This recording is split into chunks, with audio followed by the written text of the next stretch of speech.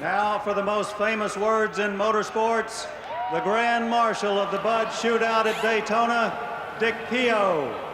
Gentlemen, start your engines.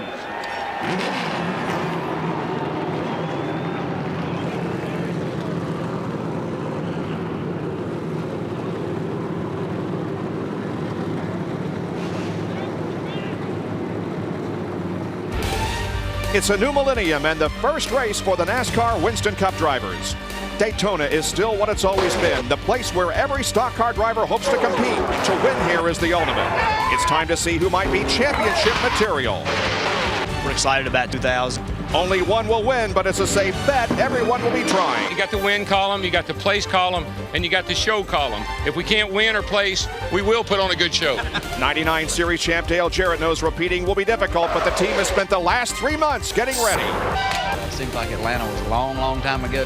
Today, Dale and 11 others will try to race their way into the Bud Shootout in the last chance qualifier. Next, live from Daytona. Despite a story-less season that included 6 visits to Victory Lane, over $6.5 million in earnings, and his first ever NASCAR Winston Cup Championship, remarkably, Dale Jarrett did not capture a single Bud Pole award during the 1999 season, which means he becomes one of 11 second-round fastest qualifiers who must race their way in today in this 25-lap Bud Shootout qualifying event. Jarrett's Daytona 500 pole-winning performance yesterday, albeit in a different car, guarantees him an automatic start in next year's Bud Shootout and makes him the odds-on favorite to win this one here today. This is a second chance for the desperate drivers that got here by being the second-round fastest qualifier somewhere last season. 11 cars, 25 laps, 10 losers, and 1 winner. The prize, $26,000 and a priceless ticket to the Bud Shootout, where the field and the money are both bigger. The rules are simple. 1 mandatory green flag pit stop for at least 2 right side tires on lap 10, 11, or 12. Caution laps do not count and all restarts will be double file. First guy to the checkers is the last guy to make the shootout.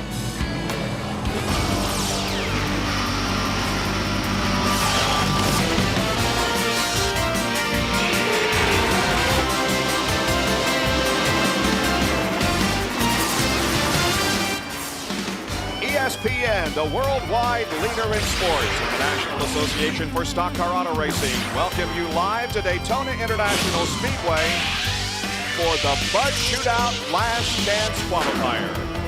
Hi everyone, I'm Bob Jenkins. Welcome back to our continuing coverage of Speedweeks 2000. Until a couple of years ago, the names of the fastest second-round qualifiers from the previous year were put into a hat, and one name was drawn at the NASCAR Winston Cup banquet in New York City to determine the final starter in the Bud Shootout. Well, they don't do that anymore. They race for that position. That's what we're going to be determining in the next hour, the 15th and final starter in the Bud Shootout later this afternoon. We welcome Benny Parsons to the broadcast booth today as usual, and also the newest member of our ESPN ABC broadcast team, Ray Evernham. Benny?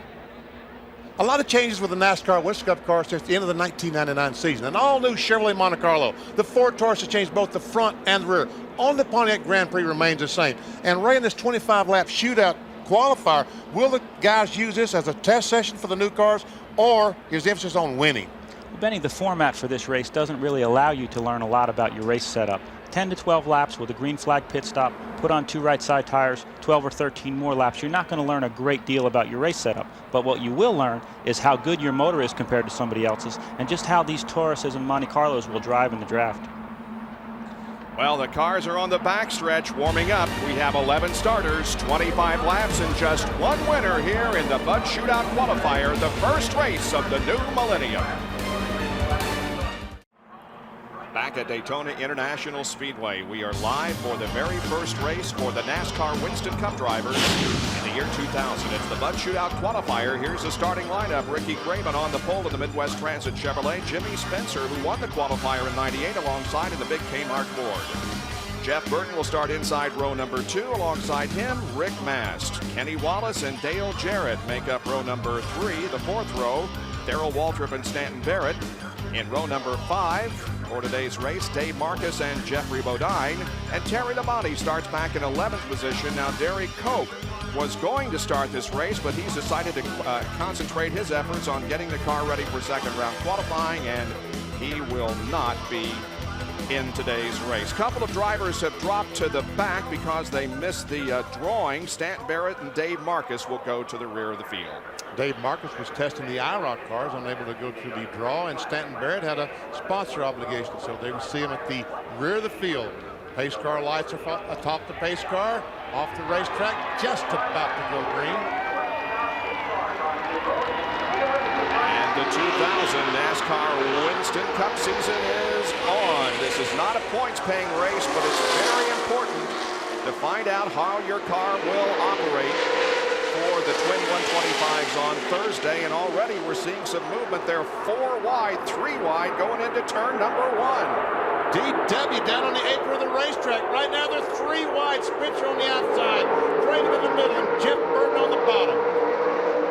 And they stay 3 wide down the backstretch. Darrell Waltrip to the inside, Craven in the middle, Spencer to the outside. They head to the end of the backstretch.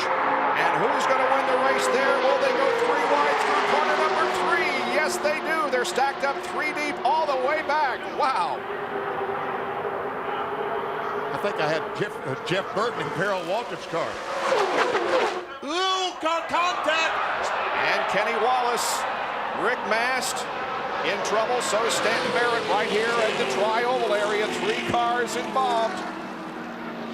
There's Stanton Barrett's car, badly damaged in the front end. Now, most drivers are not in the cars that they will be running in the Daytona 500, but Stanton Barrett is. He just possibly could be. We see some serious damage to the Square D Chevrolet of Kenny Wallace. But Ray, when these guys run 3 abreast in the first couple laps, just seems like something like this always has to happen. Well, Benny, you're jockeying for position. You don't want to get hung in that middle. At that point, they were 3 rows, 3 deep, and what they needed to do was get out of the middle. Coming out of turn 4 here, the track has got some little bumps in it. There's a new shock package and 180-mile-an-hour wind. Imagine standing in a 180-mile-an-hour hurricane. So the cars are moving around a little bit. It looks like they just got together there, Darrell and Kenny, and it got Kenny loose. And Jimmy Spencer, I believe, made contact with the outside retaining wall. He was trying to avoid Kenny Wallace, and I'm not too sure that Spencer didn't graze the outside wall. But you're right, there's a lot of damage to Stanton Barrett's car. So the caution comes out. Here is the replay again of what happened. Watch that big K marker on the outside. Doesn't he hit the wall? Yes. With the right front. And we see Stanton Barrett ran in the back of Rick Mast in the 41 car, Larry Hedrick's car. So the caution is out here at Daytona. Now these caution laps do not count. 25 laps of green racing in this Bud Shootout qualifier. We'll be right back. Under caution at Daytona in the Bud Shootout qualifier, a crash before the completion of lap number 1. Now let's set the rules for this race. The field consists of the fastest second day qualifiers from 1999. Now the starting positions were determined by a random draw. 25 laps of green flag racing. These caution flag laps do not count. There will be a required pit stop between laps 10 and 12 to change right side tires. And all restarts will be double file. So they will start this race from the beginning because we did not complete 1 lap. Now let's take a look again at what happened in this incident coming off of corner number 4, right? Well, when you are 3 wide at Daytona, you do not have room to maneuver. There's a bump right there for the tunnel. It shoots the front of the car up, makes you go out towards the wall. When Kenny's car shot out towards the wall, it looked like he and Jimmy Spencer got together, caused Kenny to lose control and started the incident. Rick Mast, Stanton Barrett, and Kenny Wallace are those 3 cars right now, and Jimmy Spencer's car also sustained some damage. Let's go down to Jerry Punch, who's with Rick Mast. Well, Rick, the car may be crunched, but you look pretty good. What happened out there? Well, you know what, Jerry, it's the first race of the year. Everybody's nervous and jittery and wanting to go, and before millions of TV audience people and here, and I guess you just lose your mind. That's the best I can say. I mean, we got 3 or 4 wide on the back stretch. They're beating on each other. We go in turn 3, they're beating on each other. We go in turn 4, they're beating on each other. you can't get out of it. You got to stay in there because this is our hot dog race, man. And they finally get together off of 4 and they just get crossed up. And I didn't have anywhere to go, but I think, come on, guys, let's run 2 laps before you get to beating on each other, But they couldn't do it. So, but like I told the guys, maybe this is the end of our bad luck for the whole year. From now on, it'll be good luck the rest of the day, the rest of the year. I look forward to this race every year, the Bud Shootout or the qualifying race. Seems like we're always in it. It's always a lot of fun, but never got taken out that early here. Hey, maybe your good luck will come back next Sunday for the 500. Yeah, you know what? I always enjoy coming to Daytona. I always do fairly well here, and we've got a good car. The guys have worked hard. We've got a lot of people behind us, and looking forward to all of it, man. Rick Mass, an early exit here today. Let's check in with Bill Weber. Well, Jerry, Ricky Craven was the pole sitter for the start of the shootout, so obviously he will take the field back to the green flag when we resume. One thing to watch for, a little faster pace. Craven has told his crew he believes they need to work on the transmission and gear ratio, that basically he does not accelerate well at the slow speed he brought the field with to the green flag. So this time he and the crew have talked it over. He will try and get there at a better rate of speed and then be able to climb up through the gearbox and accelerate faster. His slow start at the beginning of this race might have contributed to those cars bunching up. So, Ray, what would they do? Change the ratio in second gear for a better restart? There's nothing that they can do right now, Benny, during this race. They'll have to build a separate transmission. Right now, you run a different transmission at Daytona, Michigan, Martinsville. Restarts and track position on the very first lap are very, very important. They need to keep that engine RPM to its most power. Still under caution, so we'll get in another break here. We have completed no laps in the Bud Shootout qualifier. The 3-car accident. Back with more in a moment. ESPN welcomes you back to Daytona. Winston Cup drivers are competing in their first race, but on Thursday it was media day and an opportunity for some of the drivers to do interviews and get their pictures taken, but all that is forgotten now as the Bud Shootout qualifier is about to get restarted. Jerry?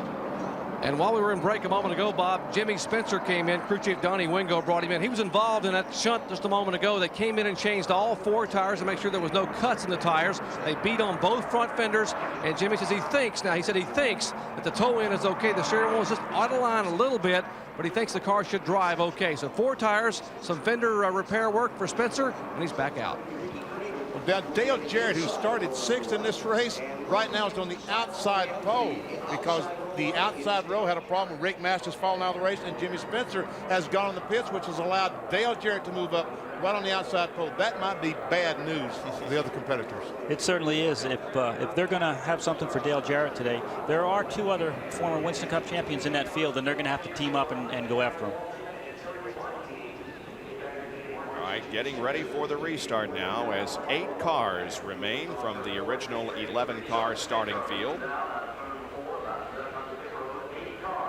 Jeff Burton there on the inside of row number 2 along with Jeffrey Bodine. Pace car pulls off.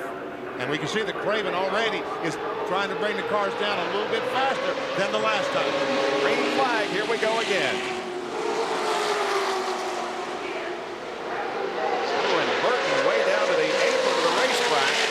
Again makes it 3 wide into the first corner, and he's going to punch himself out into the lead. That's Jarrett up on top, but Craven battles back in the middle now. And that's Darrell Waltrip right behind Jeff Burton on the inside. Ricky's certainly not going to want to be in the middle when they get to turn 4 again, or we'll have a similar incident to what we had. But it looks like they are going to go 3 wide through the corner. And here comes Terry Labonte, one of the former series champions Ray was talking about, the Kellogg's car, up on the outside with Dale Jarrett. Oh, they made it over They made it over that bump. Now they're going to make it to the end of lap number 1, and I have no idea who led the lap. It was either Jeff Burton, Ricky Craven, or Dale Jarrett. They were almost dead even as they hit the line. It's pretty impressive that 50 car staying in the middle of that pack all by himself. And Jeffrey Bodine is taking the power team car to the pits. Look at this. Ricky Craven goes up on the outside and has the lead. First lap at 167.128 miles an hour. That will go up very substantially on the second lap. Bill Weber. Jeff Bodine on and off of pit road. New right side tires might have cut something after running through the aftermath of that earlier crash. Down to complete lap number 2 again, right at the line. Jeff Burton with a very slight advantage over Ricky Craven. Waltrip and Jarrett running 3rd and 4th. And they're stacked up 2 by 2. Ricky Craven in that 50 car has Hendrick power in that automobile, and we see that those Chevrolets are pretty doggone good. DJ, I think the 88 car back in 4th spot, just said, oh, guys, give me some room. Ricky Craven was fastest second-round qualifier in 2 races in 1999 at Homestead and here at Daytona in the Pepsi 400. Ray, why is Craven running so high up in 3 and 4? Any ideas? Don't know exactly what gear he's got in the car, Benny. Again, going back to transmission and gearing, he might have to run up high to carry momentum, keep that car free, and carry speed down the straightaway. Now Jeff Burton decides to duck in behind Ricky Craven.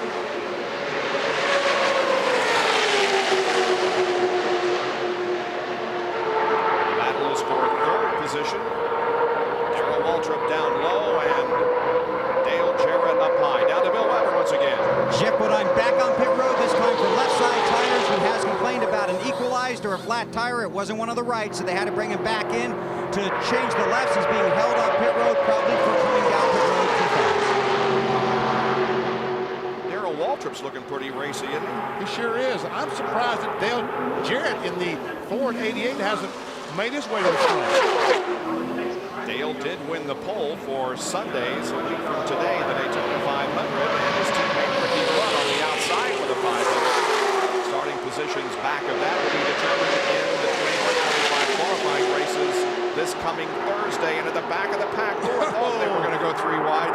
Well, Spencer wanted to go 3 wide. When he got down to turn 1, Dave Marcus in the 71 car kind of took that option away, and we see Spencer had to back off the throttle. And right tell what happens here when you just back off the throttle. Well, you don't turn a lot of RPM with a restrictor plate engine, so any RPM you give up, it takes you a long time to gain back. And when you let off of that throttle, it takes you probably a full lap to gain back the momentum you had before that. And we can see Spencer now about 10 or 12 car lengths behind Terry Labonte and Dave Marcus. And we see that Jeffrey Bodine has made his way out onto the track, and he's in the pack, but he is not on the same lap. Battle there for 3rd position, Waltrip and Jarrett. Terry Labonte is right behind Dale Jarrett as they head for the first turn. Up front, meanwhile, pulling away from the others who are running side by side, Ricky Craven and Jeff Burton. The one thing those guys got to be thinking about pulling that far ahead is if they hit pit road after lap 10, or the other guy's going to call in, or they're going to hang them out there. Again, that required pit stop will come through laps 10 and 12. Oh, look at Dale Jarrett. Oh, yeah. He was about 15 car lengths behind last lap. He has closed up right on the bumper, and he's trying to get by Jeff Burton. Has gone by Jeff Burton. Boy, it didn't take him long to catch up to those two. And now Jarrett putting considerable pressure on Ricky Craven. And here I was worried about that.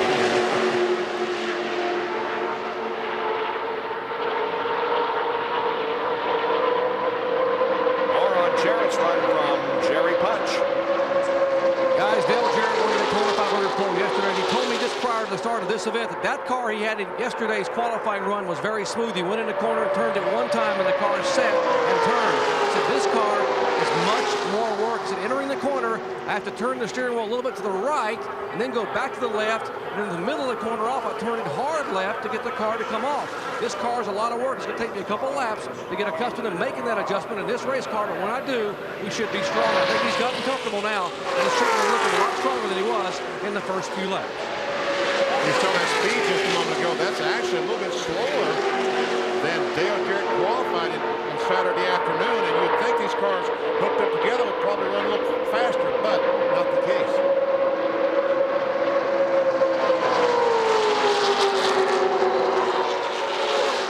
Seven laps completed.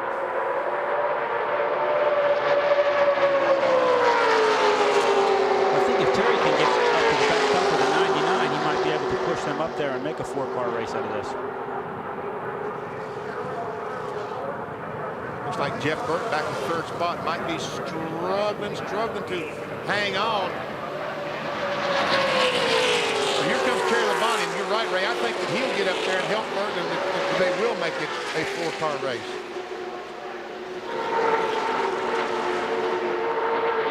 Throughout the afternoon, we're going to be seeing some overhead shots courtesy of the Bud 1 airship and Budweiser, the official beer of NASCAR.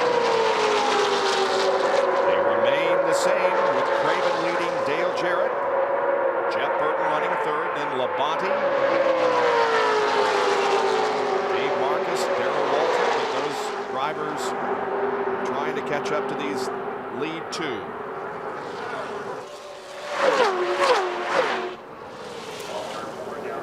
Now, if the 99 rolls back to the 5-car and lets him catch up to him a little bit, they'll actually go a little bit faster. So Jeff Burton might be rolling back to Perry a little bit so that they can get some closer grab. That's an awfully good point. Because together, looks like by himself, it looks like he's having trouble catching up. But if he backs up to Labonte, those two guys hook up, and they can probably catch these front 2 cars. Jerry Punch. All right, Dale Jarrett said he's going to come in this time. The pit stops are mandatory, 2 right side tires.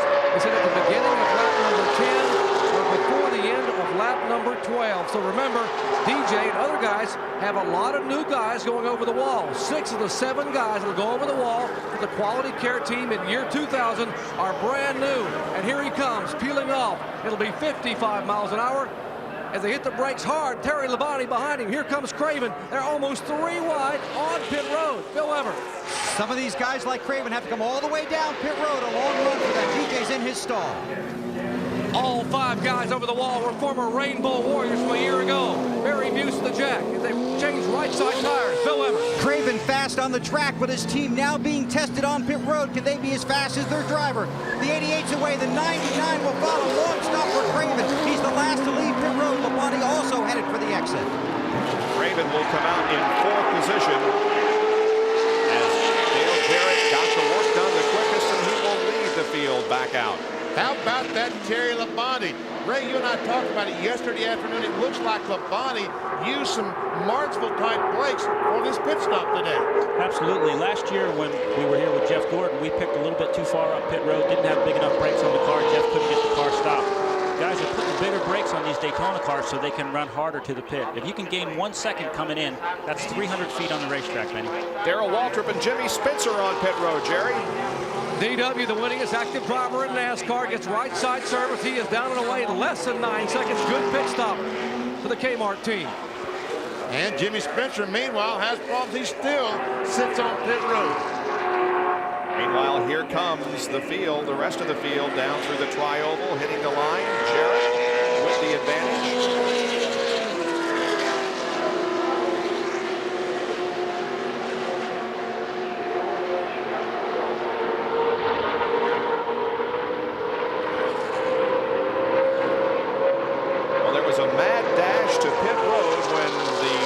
Opportunity to pick, and look at Terry Labonte. That's what I was talking about. Look at those brakes. Look at those tires smoke as he slams on those brakes. That was probably a little bit closer than Terry wanted it, but he really made a good move coming in like that. Man. Looked like he was running 40 miles per hour faster than those other cars, and it's gotten him right now to 2nd spot. 12 laps completed for Dale Jarrett, and Jerry is with Jimmy Spencer. Well, Jimmy, not what you wanted to do today is talk to me before it's over, after it's over, maybe. But what put you out? I broke the transmission coming down pit road. My own fault, you know. I couldn't win the race the way I was running. I said, well, if I have a heck of a pit stop and get 2 or 3 seconds gain there. But Kenny Wallace just on the first lap was, I don't know, he spotted my total clear, and I was there. And that just messed our whole day up. You know, I feel bad for the Kmart team, and it's a long week yet. All right, he's able to smile as he walks away. Bill Weber. Vibration for Ricky Craven. He had to come back down pit road for right side tires, guns the engine, and takes off. Very disappointed driver and crew. Well, Ricky led 7 laps of this race. He has led the most laps so far, but Dale Jarrett is now out front. There goes Dale Jarrett. Now we see Terry Labonte and Jeff Burton have gotten hooked up. We'll check our monitors and see if we'll start gaining on DJ. Well, the fastest lap that time was by Burton at 188.05. lies about a second and a half behind Dale Jarrett. The only chance they really have of catching him is working together, because I believe it's going to take 2 cars to beat that 88. And the 50 car, Ricky Craven, despite all the other problems, in addition to all the other problems, will be penalized for speeding on his pit road exit.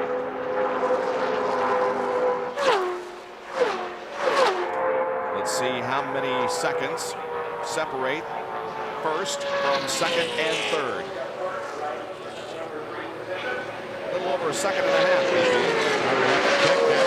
62 cars running together are able to close in on DJ. That time, that lap, Dale Jarrett got some draft off Ricky Craven as he was leaving the pits, and I think that helped him on his speed that lap. Terry Labonte yesterday qualified only 38th fastest.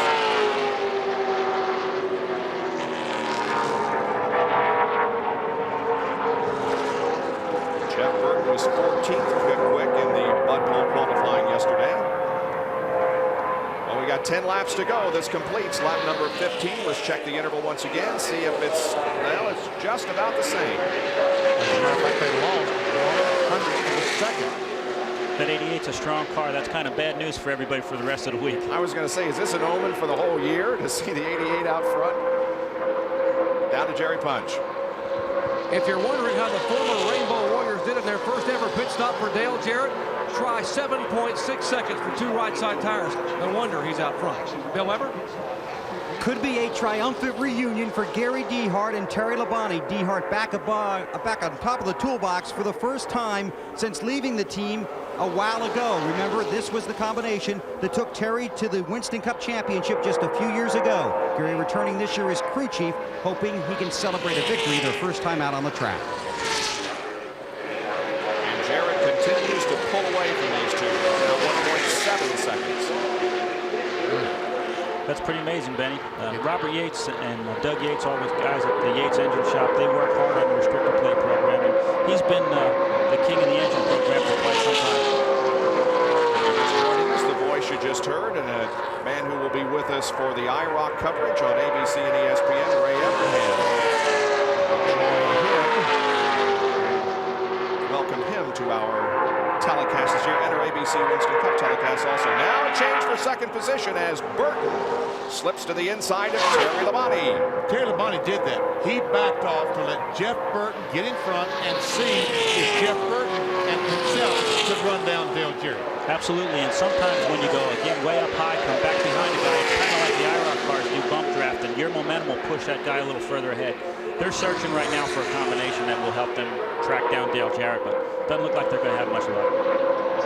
Great observation up there, because that's exactly what they did. They talked it over on the radio. They weren't catching Jarrett with the 99 behind the 5, so they switched spots to see if that'll help him. And this is something that we've seen in testing and in practice. That second place car, like Terry Labonte, the 5 car, is not able to close up right on the rear bumper of that lead car like they have in years past. And no one really seems to understand why. Well, they changed the noses and tails on the cars, and one of the things they're probably searching for, Benny, is finding out how to take those cars up so they can properly cool them and get the most downforce on the front without creating drag.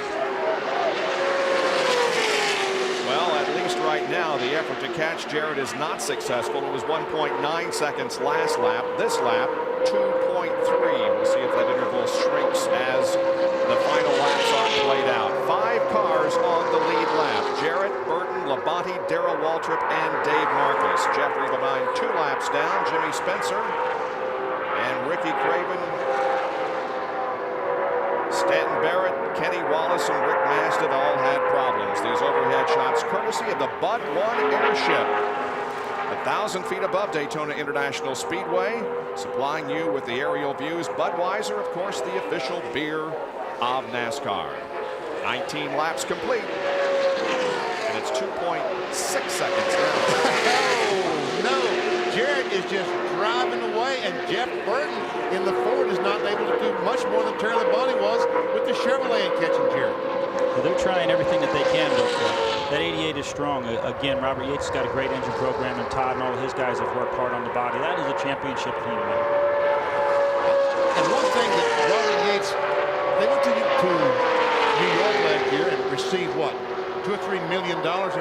money, and Robert Yates is not the type of guy to put that money in his pocket. He spent it, I'm sure, on engine development to try to find more horsepower for this year, and it looks like his money well spent. Absolutely. It takes a lot of money to start an engine program, as I well know, and I know that Robert Yates puts a lot of money and effort into his engine program.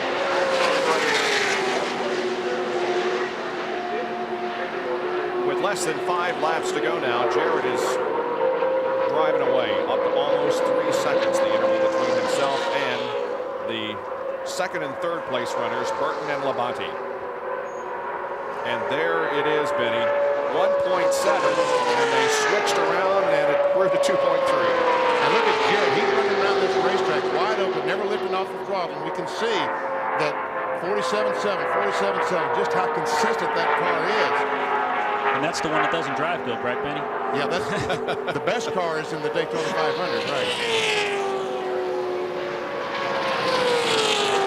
Now remember, the winner of this race will go to the tail, the 15th starting position in the Bud Shootout, which is coming up on CBS about 12:15 this afternoon. And don't forget also that we will be back here live at 1:30 for the Protocol 200 for the Arca Bondo Marhide Series, and then following that at 3:30, the Goodies Dash race that was held yesterday here at Daytona. So you are in the right place today for all the activity at Daytona.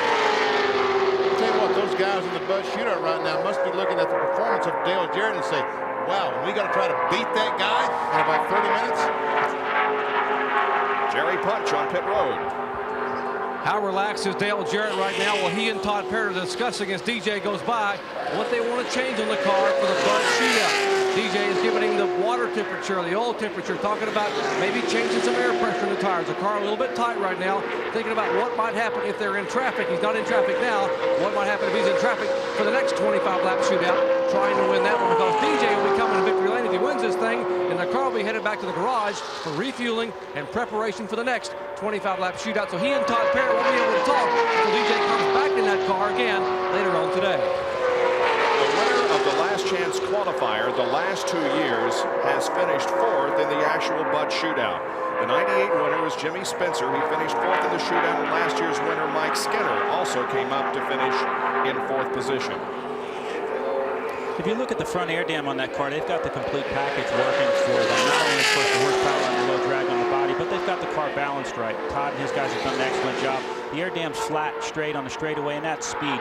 The left front of the car is not picked way up coming off the corner. It's nice, flat, low, and that's speed. That's the front bumper that Ray's talking about. Just how level, look at that, folks, just how level it is down the straightaway and how close it is to the ground. If it lifts up there, that just kills the speed and it causes the car to push, doesn't it? Absolutely, Benny. A quarter of an inch can make up to a mile-an-hour difference. And we saw that speed just a moment ago of 27.9. Earlier we'd seen that Jarrett was running 27.7.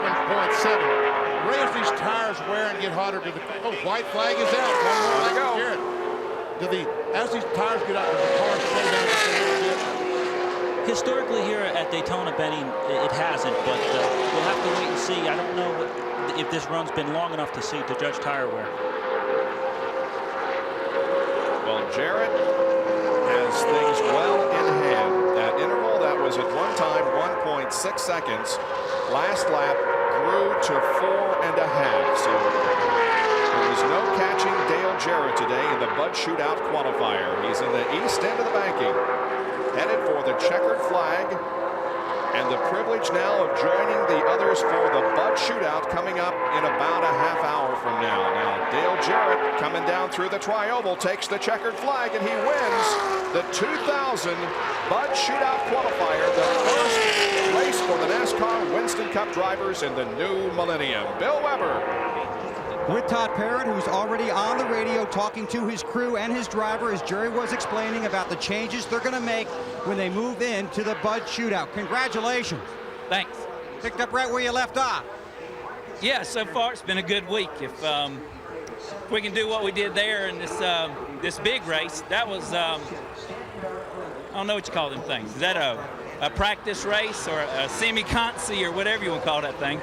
But the guys had an awesome pit stop, really did. They've been practicing real hard, and that's what won the race for us. Extremely strong on the track, though, by yourself. Can you make that car better? How will you do that? Oh, yeah, that's what I'm thinking about right now. So as soon as you let go of me, I'm going to take off running to the truck. I'll let go. Thanks. That's Todd Barrett. Never stops working. Can't now.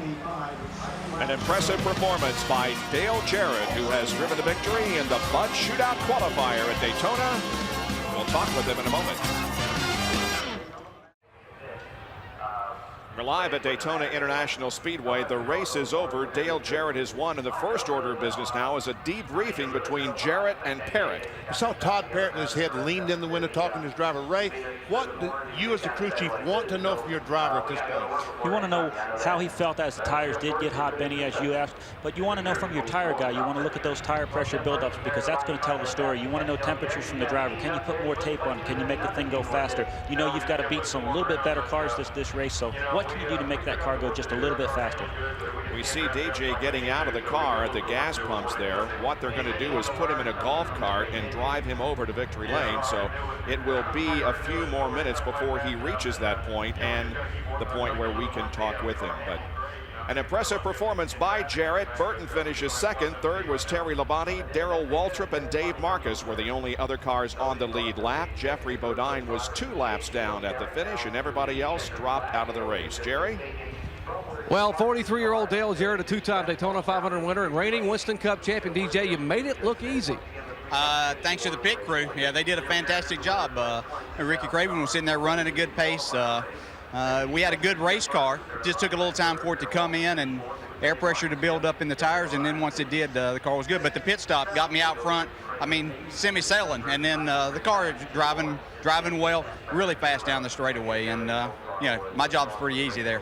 7.6 seconds for 2 tires. You didn't have time to drink water during that stop. Now you know how Jeff Gordon felt all those years. That's right. I barely had time to find first gear again. So that's why we got these guys when they came to us and gave us that opportunity. They do a fantastic job, and those are the kind of things that we look for to benefit us and hopefully get us into victory lane more. We got our work cut out now, though. It was unfortunate the wreck happened on the first lap because we had some good cars that got taken out there. It would have been a much better show. But again, my pit crew did a fantastic job, and that's what I'm going to have to look for on this next time. I know you got to hustle off to the next race, but major changes. I saw you talking to Todd Parrott a moment ago. What will you change on the car? The car's a little bit tight. We're going to add a little either air pressure to the right rear or something like that, and try to free it up just a little bit. It was too tight there at the end. If I would have had to really be racing, I might have been in trouble. So even though it's only 25 laps, we want to try to free it up. And since we're in the back and have to try to go, see what we can do. Hey, good luck in the next one. Okay, thanks. What a way to begin the year, guys. The defending Winston Cup champion wins the first one at Daytona. Let's check in with Bill Weber. With Jeff Burton, just in case you didn't know Dale Jarrett won, because you probably couldn't see it, could you? He won pretty convincingly, too. Terry and I hooked up, and I thought for sure we'd run him down, and then he was getting away from us, so we switched spots, and he got away from us even worse. So you can say all you want about the Ford Chevy. I had a Ford and couldn't keep up. They just 88. You saw it yesterday in qualifying. They were really 2 tenths quicker than the second place guy, and they were 4 tenths quicker than like the 4th place guy. So they just got their stuff together. We got a week to go to work and get our stuff better for the Daytona 500. Good luck. Thank you. Jeff Burton finished 5.16 seconds behind Dale Jarrett in the 25-lap Bud Shootout qualifier. We'll be right back. With Terry Labonte, good race, great pit stop. I want to talk about coming down pit road. Well, some of these cars have got brakes that are kind of small and don't stop real good. And I drove it in as hard as I could and got stopped, right on the line there. So I was able to gain some ground on a couple of those guys. But our car was good. We just couldn't draft up on them, and the 88 was awful fast there. The 99, we tried working together. I let Jeff by, and I thought maybe we could pull up on him, but we couldn't run any faster with him in front than we could with myself in front. So we got a little work to do. We just aren't quite there yet. Okay, a lot of guys look like they have some work to do here in the next week. Well, the Bud Shootout now is the next order of business. That will be on CBS. Now, Mark Martin is going to lead them to the green for that race with Sterling Marlin alongside, then Tony Stewart and Ward Burton in row number 2. You see the rest of the lineup there, and Dale Jarrett, who just won the qualifier, will drop into 15th last starting position for that 25-lap event. Jerry has the man who will start from pole in the shootout. And that would be Mark Martin, a new, healthy Mark Martin, able to smile at 100%. And Mark, first of all, your thoughts on what you just saw Dale Jarrett do a moment ago. Pretty impressive. Yeah, I tell you what, I've been around restrictor plate racing since 1988, and I don't think I've ever seen that. So Dale was able to turn laps there by himself faster than a lot of us can qualify, all taped up and everything. So I think it's going to be pretty interesting here, the shootout, to see if he gets to the front and how long it takes for him to do that. You won this race a year ago, talking about the qualifier from coming toward the middle of the pack. Your thoughts on today's event? Well, this race is for the fans. It's all about the fans. It's for the fans, and it's the way that NASCAR Winston Cup Racing kicks off their 2000 schedule, and that's really what it's all about. Now, what can you learn from this event today? I know it's a different car than what you qualified yesterday and what you'll be racing next Sunday, but you get to be in the draft with a lot of the guys you'll be racing with next week. Can you learn something today?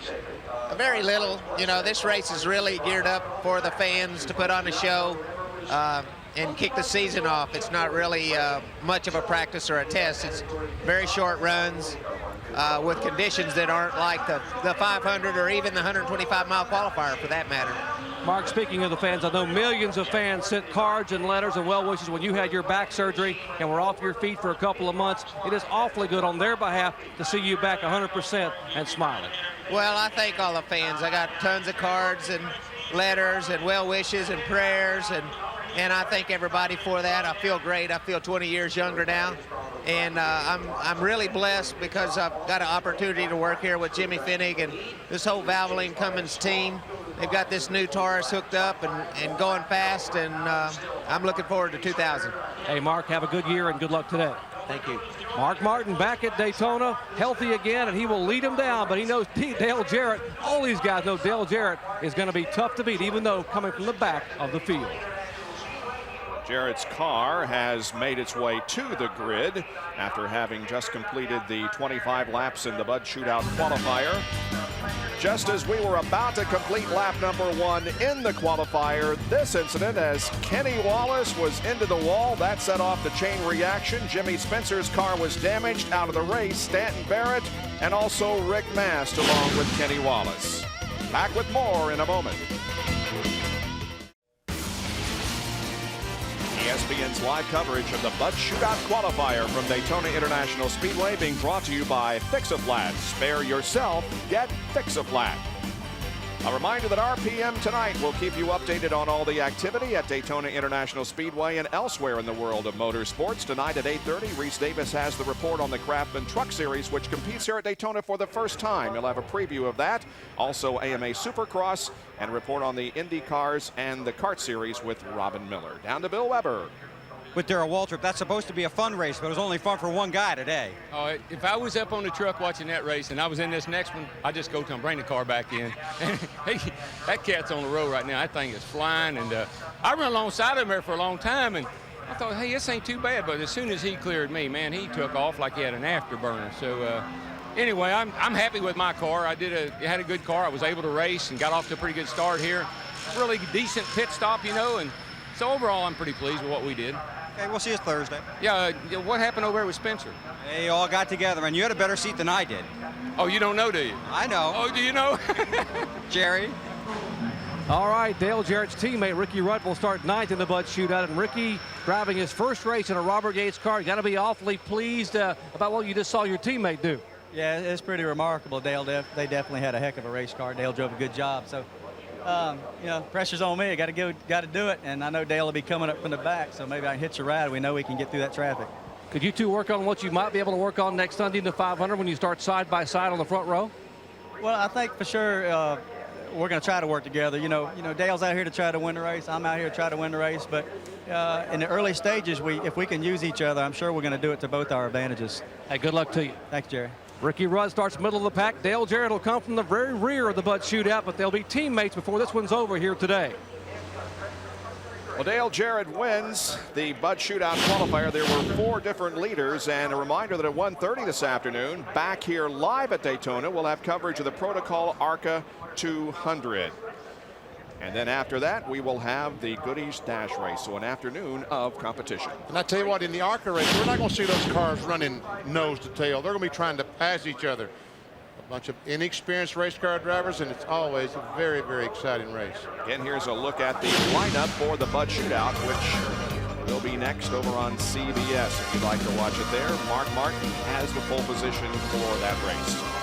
I want to thank you guys for inviting me up. There's only seems to be two things I can do in life, race or talk about it. So thanks for giving me the chance to sit up here and talk about it. Our pleasure, Ray. And the rookie stripes are off the microphone, and Ray will be with us again for our ABC coverage of NASCAR Winston Cup races and the IROC Series for the year 2000. Well, can Jarrett drive from the back of the pack and win the shootout, BP? Yes, he definitely can. What we saw in this Bud Shootout qualifier, he definitely can.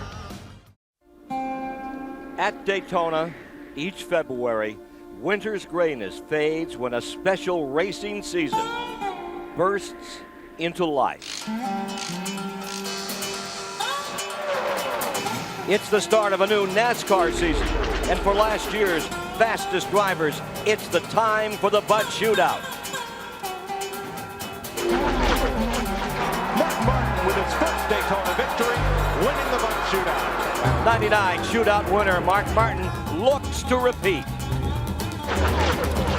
Challenging Martin, a familiar face with new crew, new questions, no excuses. For Jeff Gordon, he expects to win. Second in last season's standings, Bobby Labonte wants to start this season off with a victory today. And oh yeah, teammate Tony Stewart, he's no rookie anymore. 15 stock car superstars, 25 laps, over $500,000 in this dash for cash.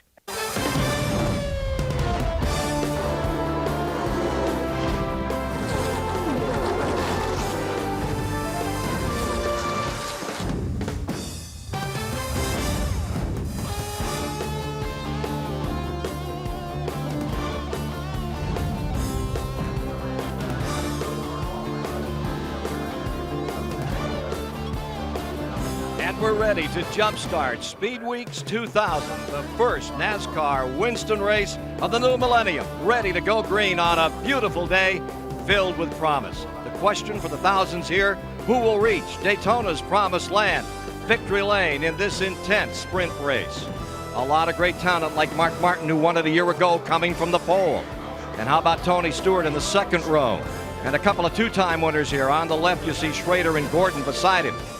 And this is the man everybody's talking about. He's just won the consolation race by over 4 seconds. That is Dale Jarrett. He'll come from dead last in this event. And a good day, everyone. Ken Squire here, and welcome to this all-star event featuring the fastest from 1999 pole position qualifying. It's the first fender-to-fender fracas of the season, and the luck of the draw has established the field, plus Dale Jarrett. 15 cars, 25 laps, 62.5 miles for $100,000 to the winner. There you see the Bud Shootout story.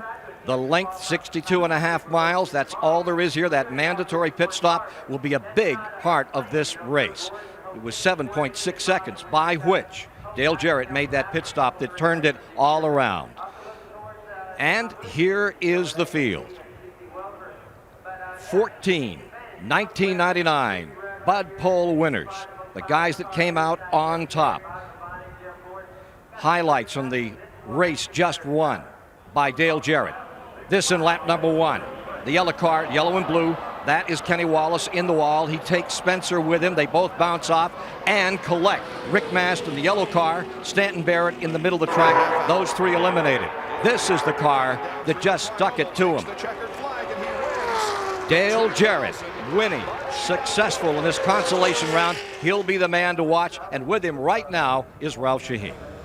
Ken, as you said, that pit stop is what got Dale Jarrett out in front of the qualifying race.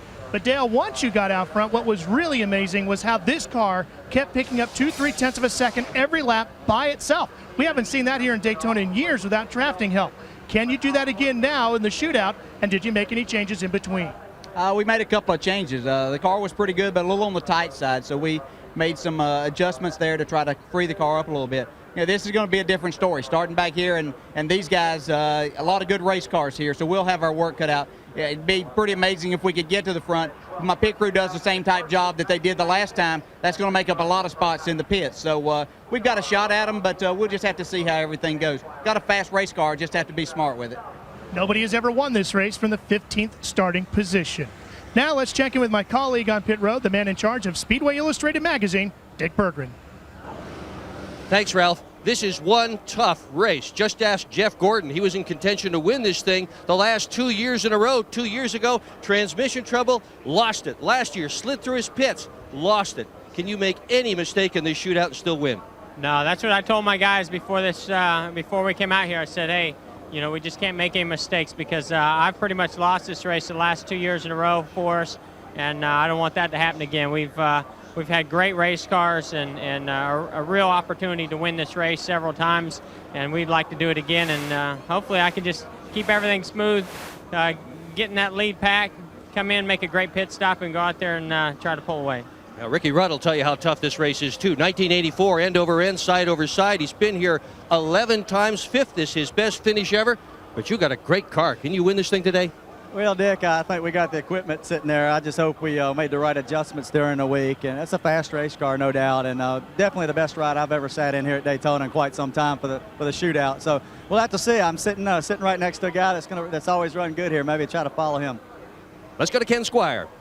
15 stock car superstars are strapping in for the 22nd annual shootout here at Daytona.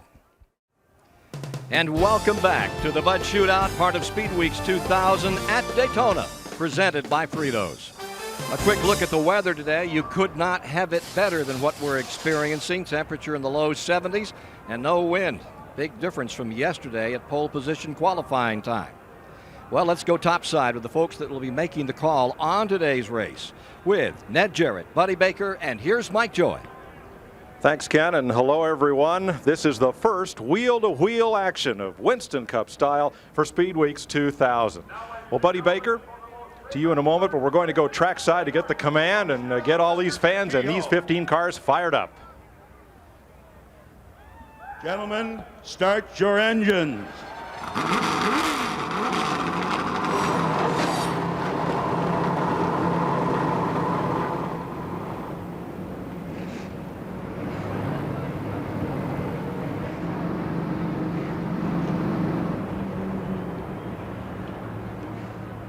This race began in 1979 as the Busch Clash. Buddy Baker led all but 2 laps and won it. How hard is this race to win? How easy is it to lose? Well, Mike, I'll talk about winning first. You leave nothing on the table. In 1979, I had a great race car.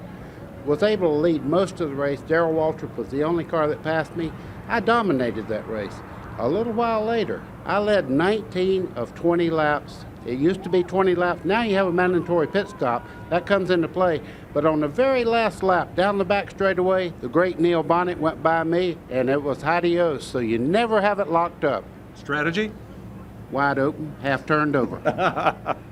Ned Jarrett, this is a big race. Over $500,000 is at stake, but everyone's eye here is on the big prize, the Daytona 500 next Sunday. What can these drivers and crews of these 15 cars learn that will help them a week from today? Well, Mike, it's the first time that they've actually been in competition here. You know, yesterday was qualifying. Most of the preparation had been towards trying to get their car to go fast for one lap. But now the conditions will be closer to the Daytona 500, running in actual competition with other brands of cars, see how it works in the draft among other cars. So I think they can learn a lot here today that can apply to the Daytona 500. Chevy, Ford, or Pontiac, there are 5 of each in this field, and we'll find out when we look at the starting lineup here at Daytona right after this. Welcome back to Daytona International Speedway. Let's have a look at the starting grid for the 22nd annual Bud Shootout. There's the pole sitter, Mark Martin, making his 13th appearance in the shootout. He won it last year. Sterling Marlin finished second in this race in 1995 and 6th. In row 2, last year's Rookie of the Year, Tony Stewart, along with Michigan pole winner Ward Burton. In row 3, 2 pole winners last year. That's Mike Skinner, who finished 4th in this race, and Jeff Gordon, a 2-time winner of the shootout. In row 4, Bobby Labonte had 5 poles last year. And David Green, who scored his first career pole at Miami Homestead. Some folks think this could be the Rudd Shootout. He won a pole at Rockingham last February. He's in this race for the 12th time. Ken Schrader won it in '89 and '90. Row 6, Kevin LePage. Last race of the year in Atlanta, he got his first career pole. And front row Joe Nemechek, the pole sitter here at Daytona last July. Kenny Irwin on the pole at Texas last spring. It's his second start in this race, and it's the 14th appearance for Rusty Wallace, shootout winner 2 years ago. And watch Dale Jarrett to come from the rear as he just dominated the field in the Bud Shootout qualifier about 30 minutes ago. CBS Sports coverage of the 2000 Bud Shootout continues after this message and a word from your local CBS station. 2 pace laps and we'll be racing. Dale Jarrett's crew huddled up. They have to change 2 tires under green. That's an integral part of the competition here in the Bud Shootout. And the new Rainbow Warriors for Jeff Gordon. This is a 2.5-mile racetrack, a tri-oval, 31-degree banking in the turns, 18 degrees at the start-finish line, and the backstretch is relatively flat at 6 degrees. Well, if you like Chevrolet, Pontiac, or Ford, you can see they're equal in this field, 5, 5, and 5. That's the manufacturer's breakdown. We'll have CBS race cams on board 5 cars in the shootout. Tony Stewart, that Joe Gibbs Racing Pontiac, last year's Rookie of the Year, will start 3rd, looking ahead at Mark Martin and the pace car. Our Lowe's onboard camera rides with Mike Skinner in his Richard Childress Racing Chevrolet, starting 5th, looking dead ahead of Tony Stewart. And right alongside Skinner, Jeff Gordon, defending champion of the Daytona 500, starting 6th in his Rick Hendrick Chevrolet. Our Circuit City camera rides with Bobby Labonte in his Joe Gibbs Racing Pontiac. Looking at Mike Skinner, Labonte starts 7th. And one of the happiest faces in Speed Week is inside that white helmet. That's Ricky Rudd, now driving for Robert Yates. And his Ford Taurus will start 9th. Ken Squire. 6-time winner in 1999 in the Exide Ford number 99. That Jeff Burton is here with us today, besides the fact that this fella Jarrett seems to have brought a Grizzly Bear to a lawn party out here, the way he went through that qualifying race. What did you learn? Well, I think we learned a lot. This is the first race with the new rules. NASCAR has mandated the shocks. They've mandated the rear springs, which means that everybody has all the same shocks. This was the first event that we had under those conditions. I think we all learned a lot. But the one thing we learned we didn't like was the 88 was too fast for us. Why is he so much quicker, Yates motor? Well, that's a good question. You know, to run well at Daytona, as anywhere, you've got to have everything. You've got to have horsepower, you've got to have the body, you've got to have a handling characteristic. It takes it all. It's not just one thing. And he had an incredible pit stop in 7 6/10 seconds to change those 2 tires. Great pit crew. All right, let's go to Ralph Shaheen. Ken, a little bit of a different theory as far as engine combinations with the Yates teams here for the shootout. Now, the 28 car of Ricky Rudd, they're actually running the same engine that they qualified with yesterday. However, the Dale Jarrett car is not. They're going with a different racing engine. To Dick Burton. Thanks, Ralph. One of the familiar teams in today's event has an awful lot new going on. Jeff Gordon has a new crew chief, a new team over the wall servicing the car. It's a brand new car, a new paint scheme. Even his spotter is new. There's a lot on the line. This is the first time all this newness has been tried in an actual race. Mike? That's the thing about coming to Daytona every February. Even everything old is new again. That paint job they'll run here this week, both for the shootout and for the Daytona 500, and then revert to their more familiar colors. About almost half of the cars that were entered in the Daytona 500 have a change of some sort, whether it's a paint scheme, sponsor, crew chief, driver change, a lot of different things. Just like Mark Martin's car, more white on it this year. All of them have changed a little bit, and for good reason. They're going into a brand new season, and you like a little different look. Other than DJ, he stayed just exactly like he's been. I guess we're pretty well satisfied the way things were last year, and decided to leave well enough alone. Getting set for the start of the Bud Shootout. To review the rules, 25 green flag laps. If there's a caution flag, they do not race back to the start-finish line. They revert to the last completed lap. After lap 9 is completed, at any time between laps 10, 11, and 12, Each driver must make a pit stop and change 2 tires under the green flag. If they make the stop and the caution comes out on that lap, it doesn't count, and they'll have to do it again under green. 25 laps, first man home is the winner. Front row, Mark Martin, Sterling Marlin. Only once in the last 12 years of this race has a front row sitter failed to lead the first lap. Well, we're about to get it on.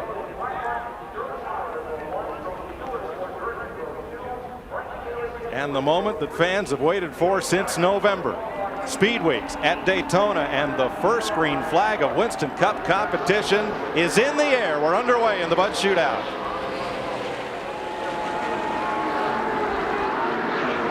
Well, it's going to take them all the way to the first corner to go 3 wide. Look at that second group there, just behind the leaders there. 3 wide as they head into turn 1.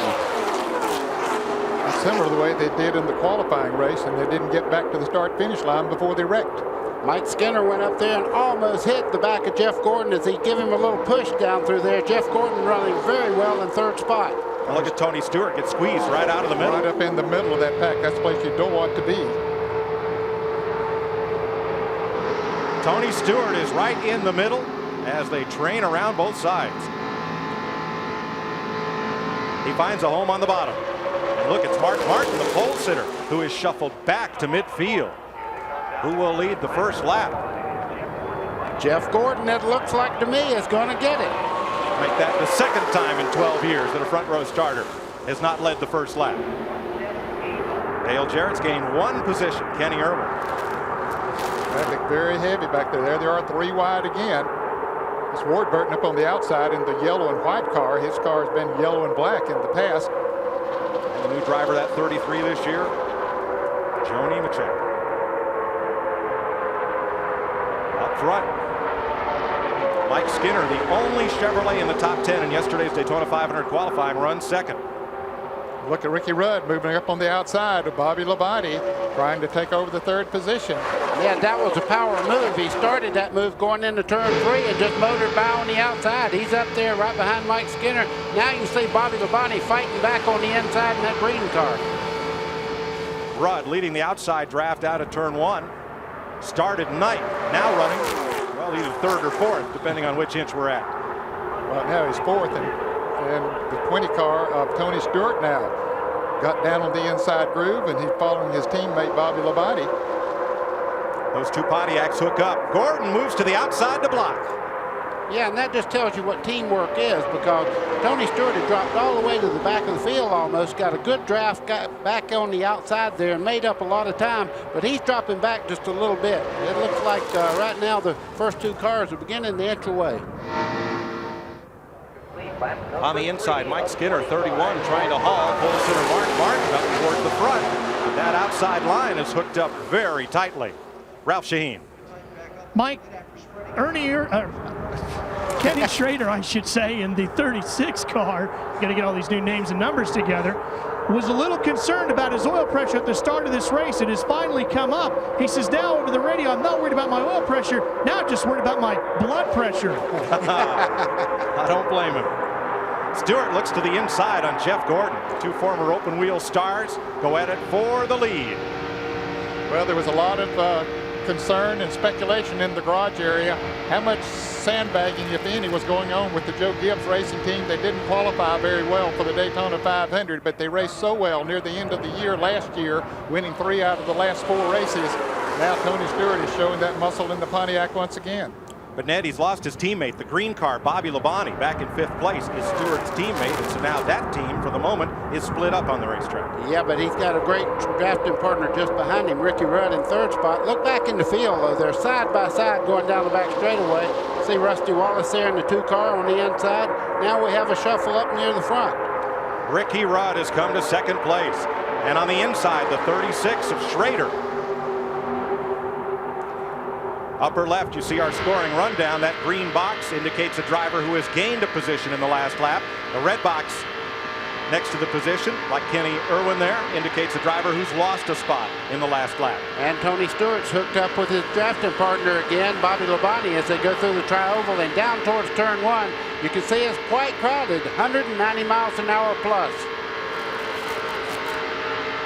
Stewart looking to get in line, no room.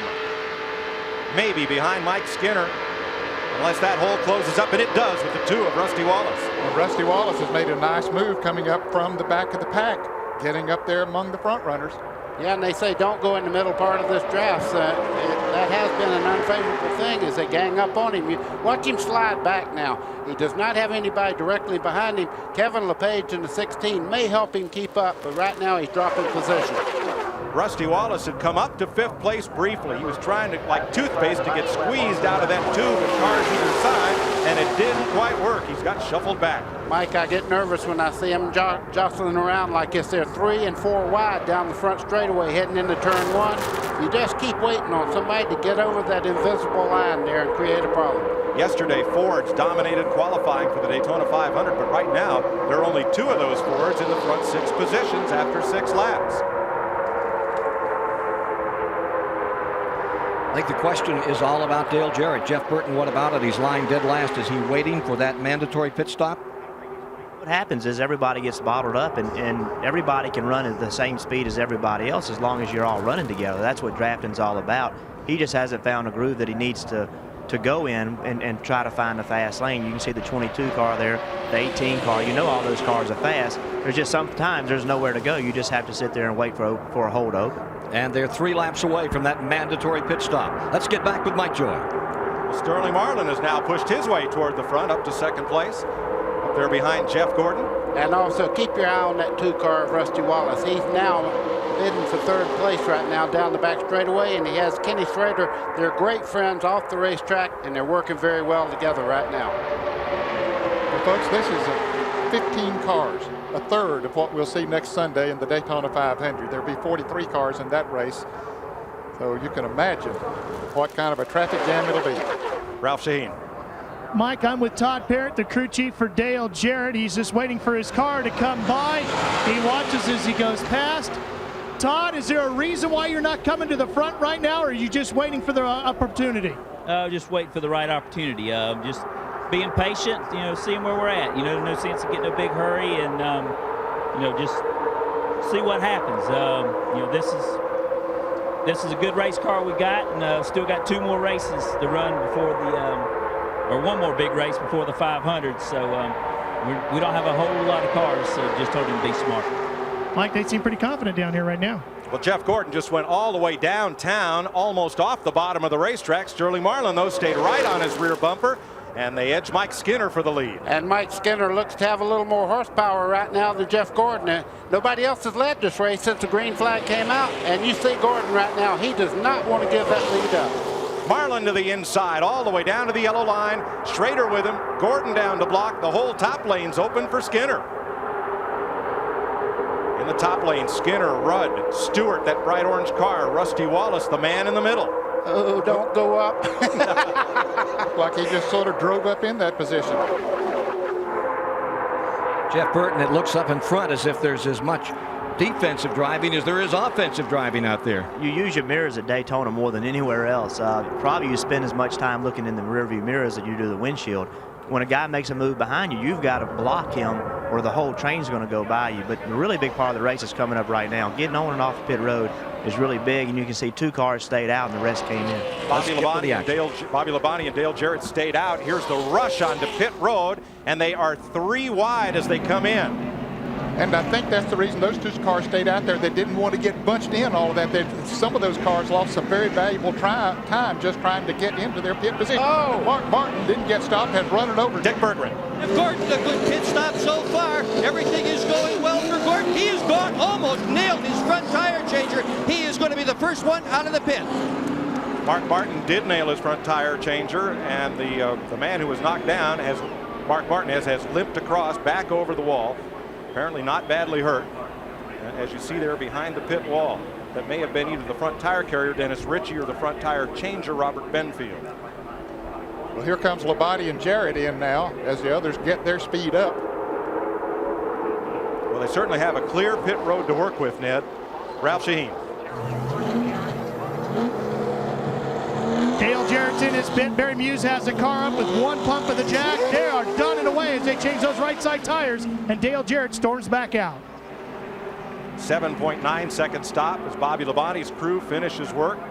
Well, Jarrett's going to have a little edge, but they may be able to hook up together. Rest of the field comes off turn 4 under green. And they're 3 wide again for the lead. This time, give it to Sterling Marlin with Kenny Irwin in second. Well, let's see if Jarrett and Labonte will be able to hook on to the draft. They're way out in front of the leaders, but the leaders are running about 190 miles an hour now, and they're running less than 100 as they came out of the pits. I think the leaders will blow right by. Mark Martin's car has been pushed to the garage, taken out of this race. Let's show you what happened again. Look in the middle of the screen as number 6, Mark Martin, comes onto pit road. There's Martin. Keep an eye on that white Valvoline Ford.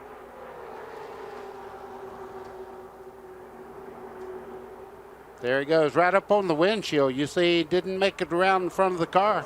It was knocked up on the windshield, falls down in front of the car there. Dick Berggren. Mike Garrett, the jackman on Mark Martin's car, is here sitting on the toolbox. He has injured his right ankle, apparently struck on that pit stop. You okay, Mike? Yeah, I think so. All right, he says he's okay. He's got a smile. We'll probably see him back out for the Daytona 500. Mike? Okay, we see here, Mike, that Dale Jarrett and Bobby Labonte didn't go all the way to the back of that pack. Several of the lead cars passed them as they had that momentum going, but they are right in the thick of the battle. Mike Skinner has gone to the garage area. There's our Lowe's in-car camera as Stewart takes it home. 2 cars out of this race, Martin and Stewart. Here comes Ricky Rudd on the bottom, take over second spot down the front straightaway. He's in that lead draft now. He's exactly where he wants to be. His teammate right behind him, Dale Jarrett. Halfway point of this race. Kenny Irwin right behind them in that 42 car with that blue half green paint job. And here comes Schrader up the outside in that yellow number 36. Side by side, though, are they letting the 3 leaders get away? Right now, that is not helping them because the front 3 are running nose to tail down the back straightaway. 2 cars side by side like that just make a tremendous hole in the air, and it's like drag on both sides of the car. So they're really losing a lot to these guys that are, you can see it's about 20 car lengths up to the lead bunch right now because they are running nose to tail. The pack is now split into 3 groups. Marlin, Rudd, and Jarrett at the front. Schrader leading the second pack of 7 cars and then 3 behind. Here's our Fritos onboard telemetry with that white Ford, number 16, Kevin LePage, on the outside of Tony Stewart and Bobby Labonte. They need to stop this right now and maybe get nose to tail and try to catch the group because they're losing valuable time right now. Everybody else is single filed in front of them. I think they listened to you, buddy. They all got out in single file right there and said, that man knows what he's talking about. We better listen. And as a result, now Schrader has been able to catch up to that threesome that looked like they were going to pull away. That's Schrader in the yellow car there that has really pulled up. Number 36, he's changed cars. I know everybody last year is familiar seeing him in the 33, but this year he's moved to the M&M car and the number 36 car. He had a sticker on the back of the car yesterday that said, keep back, new driver. Yeah, it's right on the left rear corner back there. It's a very funny sign because I'll guarantee you the drivers don't pay any attention to it. Jeff Gordon's not right now. Marlin at the front, Rudd in second, third is Jarrett. Schrader is 4th, Gordon is 5th. And they are beginning to pull away a little bit from that 6th place car of Rusty Wallace. There's Wallace on the left side of your screen, number 2, not getting enough drafting help from Bobby Labonte to push him up toward that front pack. Not yet. Bobby has picked up a lot on him the last lap, Mike, and he's gaining on him. I think that when they get to the start-finish line, he will be of help then.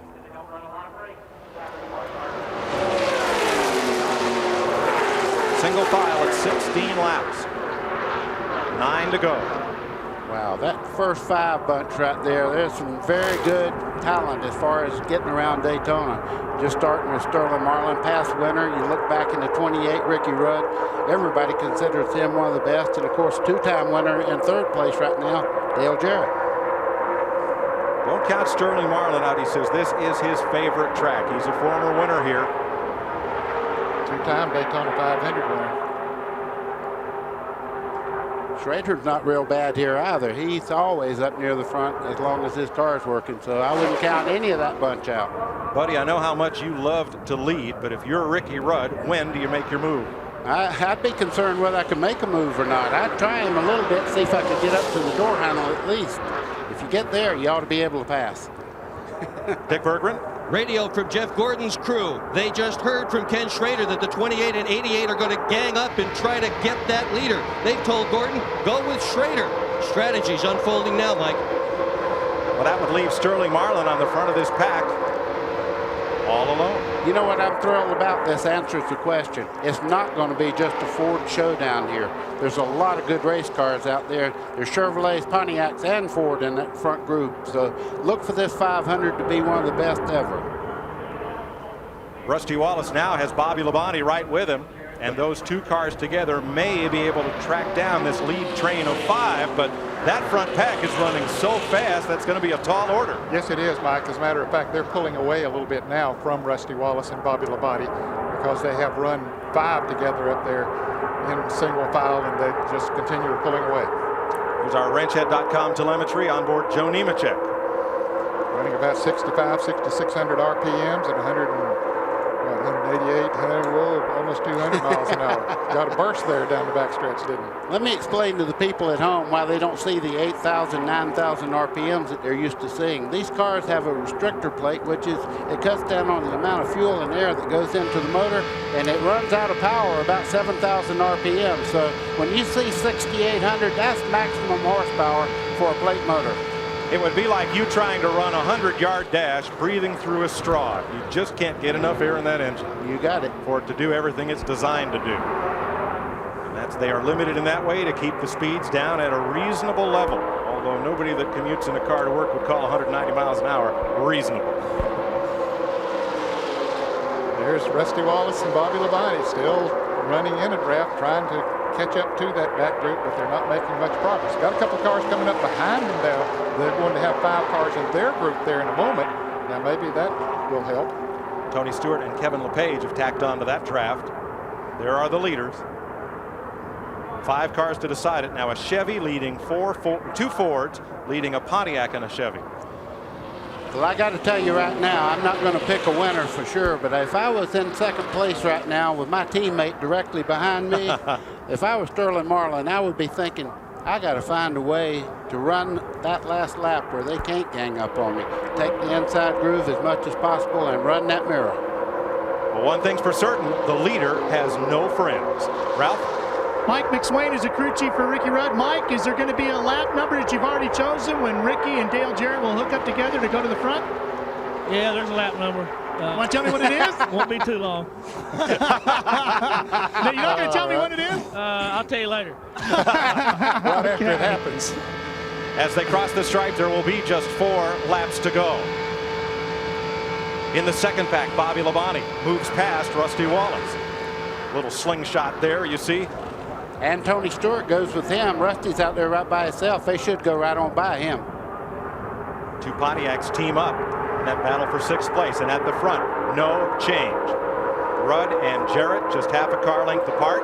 And they have gained about 2 car lengths on Kenny Schrader and Jeff Gordon. You wonder if that might be by design, that Schrader might have backed off just a little bit to see if he could get a run going into turn 3, and he picked right back up on him. So he might be playing with him a little bit, just to testing it out. And then it looks like Dale Jarrett has backed up a little bit on Ricky Rudd, perhaps for the same reason. As they come down, it'll be just 3 laps to go. Nearly $600,000 at stake in this 22nd Bud Shootout. 4 times this race has been decided by a last lap pass. Ralph? Mike, we're hearing on the radio they're talking about with lap 2 that they're looking for these 2 to go after it. So keep an eye on Ricky Rudd and Dale Jarrett around lap number 2, teaming up and going to the front. Now, you would say, why lap 2 to go instead of last lap? The reason you do that, if you fail, you still have another lap to try something else. Jarrett has a look on the outside of Rudd. Teammates side by side. Right behind them, Schrader is going to smell money. Well, hey, is this going to foul up the strategy that they planned so well? Whoa, man, and Jeff Gordon way up high there trying to get by Schrader. This is a whole different ball game now. And Sterling Marlin's looking in his mirror saying, oh, I love this. Oh, loving every minute of it. Yes. The one thing he didn't do, though, I would have moved up and tried to give them both a little bit of draft, and nobody. Look at Jeff Gordon on the bottom making a move now. Here they all come. And Marlin comes down to the bottom. Oh boy, that lane. 2 Chevrolets in front, 2 Fords running side by side. This isn't by design. The game has changed, and the 2 Fords are still side by side. Marlin and Gordon and Chevy side by side. Rudd and Jarrett in Fords. The Pontiac of Schrader trying to pick a dancing partner. Well, Rudd's got the lower side. Jarrett hung up there right by himself right now. I don't think he can make a move if he wanted to. Sterling Marlin, a car length in front of Jeff Gordon. Now they'll have to pair off because now the white flag's in the wind. There's just 1 lap to go. And Bobby Labonte has caught them. He came from way back in the last 2 laps. He gets up on Dale Jarrett's back bumper. Our Circuit City onboard camera rides with Bobby Labonte as he closes up on Dale Jarrett. Now there's Schrader, the yellow car to the inside. Boy, oh boy, I tell you what, this back straightaway, as they go down the back straightaway, they're heading that way. Here comes Gordon on the inside. Jeff Gordon in the slipstream of Sterling Marlin, and up the outside comes Dale Jarrett. Oh, they touched on the back straightaway. Marlin in the middle there, and here comes the 88 car, Dale Jarrett. And the 28 of Ricky Rudd comes low, trying to sniff a draft off of Gordon. Jarrett to the outside. All that skirmishing left a clear path for Jarrett on the outside. Oh, trouble. Rudd in the wall, hard. Schrader in the wall, hard. Jarrett the winner, Gordon second, and Rudd on his roof for the second time in the Bud Shootout, reminiscent of 1984 when his car tumbled in the air. Ricky Rudd, Bobby Labonte wrecked on the final lap. Ken Schrader wrecked. Wow. That was some action. In his first ride for Robert Yates yesterday, Ricky Rudd claimed the outside pole for the Daytona 500. Today, he goes flying upside down. Movement in the car as the safety crews reach Ricky Rudd. That's good news. Remember in '84, he crashed in the Busch Clash much like this. Came back the next week to finish 7th in the Daytona 500, and the very next week won at Richmond. He is one tough customer. Yeah, and he just waved to the crowd there. I tell you, that was none of his doing there, that wreck. As it started out, he was just in the wrong place. You see him waving to the crowd, that means he's okay. But he has to go to the hospital. That's mandatory when you get upside down or have a wreck at Daytona.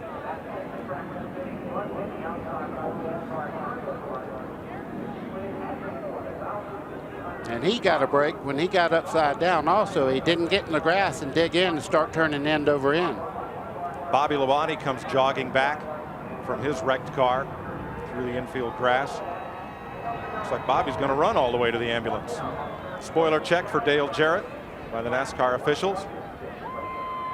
There's Bobby Labonte. He is okay. But one of Joe Gibbs' cars is pretty well torn up.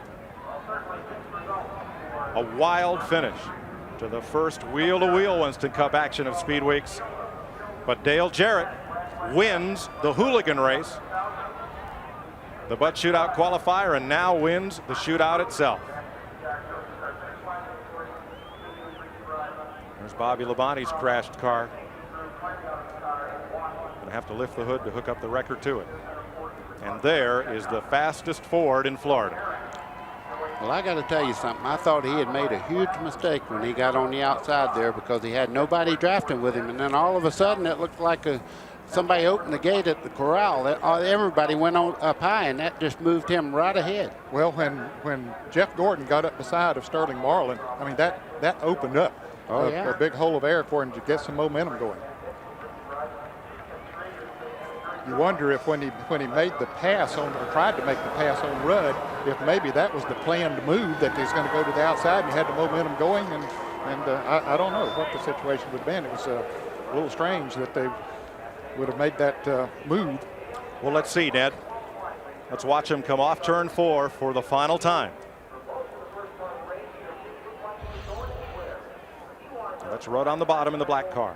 Bobby Labonte in the green car on the outside gets touched right there. You see him get crossed up and across into Rudd, turns him sideways.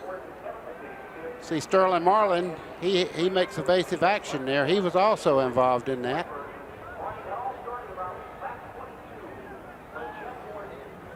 And all three drivers are now just passengers.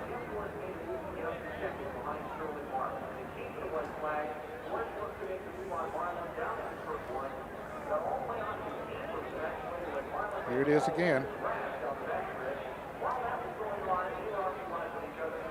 Looks like the 40 car got into the 18 maybe a little bit and shot him towards the wall. And the two drivers that got the worst of it, Ned, Rudd and Schrader, had no place to go. Weren't even part of the start of it. Yes. Now, you could see the car of Sterling Marlin moving up the racetrack. A lot of times you'll get an arrow push off that corner up there. I'm sure he didn't mean to touch Bobby Labonte, but when he touched him, that just started the whole series. And of course, Ricky, he was just along for the ride once he got touched. These Winston Cup cars have several hundred feet of steel tubing in them. Here's what Ricky Rudd saw.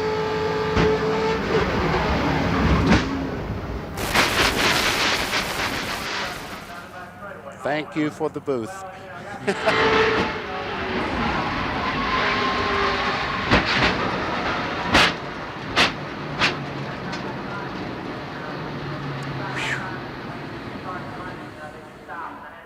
Tony Stewart.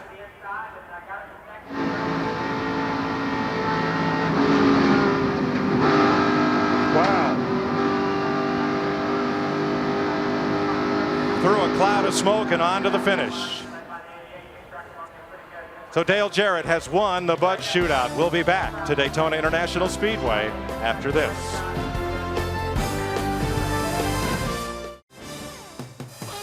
The 22nd annual Bud Shootout at Daytona, won by Dale Jarrett. 4 different drivers led. There were 4 lead changes. Average speed is not a record at 182.334 miles per hour. And the race went green to checker. Coming up next, CBS Sports rolls out NCAA hoops. Syracuse, you'll see against UCLA, or Indiana versus Michigan. Check your local listings. Now let's go to Daytona Victory Lane and Ken Squire. And in Victory Lane, the man who has come from furthest back, tying the mark of 15th position to start. Here is Dale Jarrett, clambering out with his second victory here in this Bud Shootout. Congratulations. Tell us about that as he shakes hands with Todd Parrott. Tell us about that last lap and the strategy. A lot of folks didn't think that was going to hold up. I wasn't sure of the strategy. The last few laps were pretty exciting, and I just got a run there with about 3 to go, and you know, I wanted to help Ricky get past the 40 car, but it didn't seem like we could get much going there, and so I saw Schrader laying back, and I knew he had Gordon helping him, so I tried to lay back with him, and I got myself a run, and I said, you know, this might be my last chance, so I went ahead to the outside. My car was freer this time, which we freed it up, and I thought it would go around the outside pretty good by what I'd seen earlier, and so, but we got side by side, and then Gordon made his move, and the best thing that happened was the 18 car came and gave me a push, and hadn't it been for that, for Bobby Labonte catching us and giving me that push, and then the 24 got underneath the 40, and that kind of slowed them down a second. I said, hey, they're going to give me a chance here, and as we went down the backstretch, I got a lot of momentum going into 3, and great race car, and you know, I had a really good angle and was able to get down in front of Gordon. You've got a lot of momentum going to the Daytona 500. Congratulations, Dale. Thank you, yeah, and just glad those guys are okay, but appreciate it. Hi, Kelly and kids. Can't wait to see you tonight. And let's get topside with Mike Joy. Robert Yates ends up with 1 car in Victory Lane and 1 car demolished. Tonight on CBS, the forbidden romance between Thomas Jefferson and Sally Hemings. It's never been told until now. A world premiere miniseries event, Sally Hemings, An American Scandal, tonight on CBS. We'll be back to Daytona International Speedway after this. Welcome back to the Bud Shootout, part of Speedweeks 2000 at Daytona, presented by Fritos. Coming up later at 3 p.m. Eastern Time, play continues at the Buick Invitational. The CBS Sports Golf Team brings you live final round coverage from Torrey Pines, where Phil Mickelson holds a 2-stroke lead. Let's go to Ralph Shaheen. Ricky just walked out of the infield care center. Are you okay? And what happened out there, Ricky? Well, to answer your question, yeah, I'm okay. And what happened, I don't have an answer for that one. We were sitting really good, sitting second, right where I wanted to be, and we were going to make a move with 3 laps to go, and all of a sudden Sterling got a little jammed up over there coming off of 2. Something happened. I don't know, his car didn't look just right, so I went ahead and made a move a lap early. When I did that, Schrader was right behind Dale Jarrett, and things didn't work out like I expected. Next thing you know, I got shuffled back a little bit. But coming off of 4, I couldn't tell exactly what happened, but somebody started checking up. They got 3 wide. Somebody started checking up, and I was sitting around 4th at that time. And really saw it. I sort of squirted through that hole there, and I was going to end up about 2nd or 3rd. and was just getting ready to, man, I made it through there, and started to relax, and next thing I know, I'm sideways in the fence. Somebody got into me from behind. I don't know exactly who it was. I don't know how it happened, but next thing I know, I'm upside down. Mike? So Ricky Rudd is okay after his second horrible crash in the Bud Shootout. There are your first four: LePage, Schrader, Wallace, and Nemechek, and the rest of the field of the Busch Clash. We'll be back next Saturday with the Napa 300 and the Gatorade 125s, and next Sunday, the Daytona 500.